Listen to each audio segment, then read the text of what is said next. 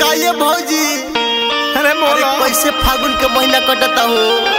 भैया तो दिल्ली बाड़न अकेले कैसे है दिन रात काटता रू काटो तारी अब बताओ खाली भैया काम चले तो देवरा कामना दिन रात खतना काम हो सन ए ब्यास अरे तनी जोगीरा सुनावा हो जोगीरा हाथ तो जोगीरा सुनबो सन ले है सुन ना गावे गावे घूमी घूमी झाके ले नार हो झाके ले नार बा भाई बा खिलाड़ी बा गावे गावे घूमी घूमी झाके ले नार फागुन में भौजी भरली छी नार बोल हई रे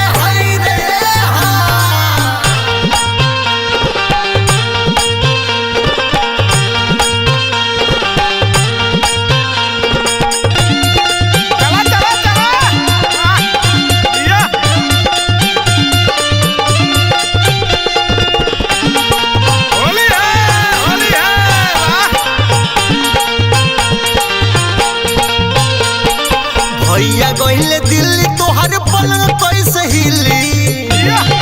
ए भौजी बोला हो ए भैया गइले दिल्ली तोहर पलंग कैसे हिली बेलन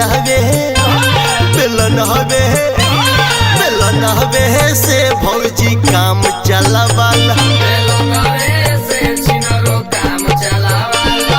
काम चलावाला याके दे हमाला वाला बेलन हवे से भौजी काम चलावाला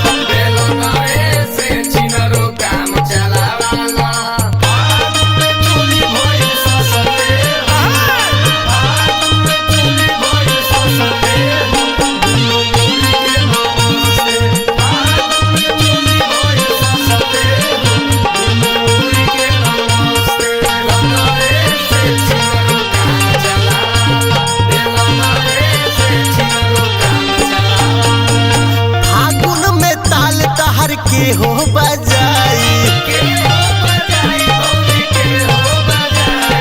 दिनों रात सुतबू तू ओढ़ के रजाई फागुन में ताल तहर के हो बजाई दिनों रात सुतबू तू ओढ़ के रजाई डीजे अंगनवा में खिला घास वाला बेलन हवे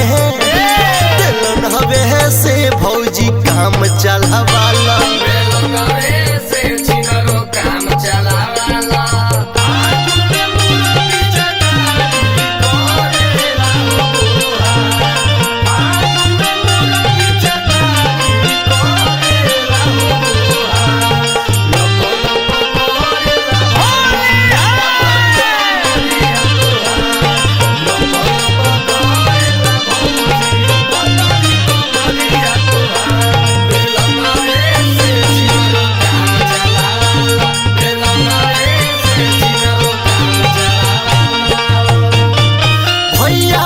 भौजी से नाता बछूता होलिया में चोलिया के बटन बटूटा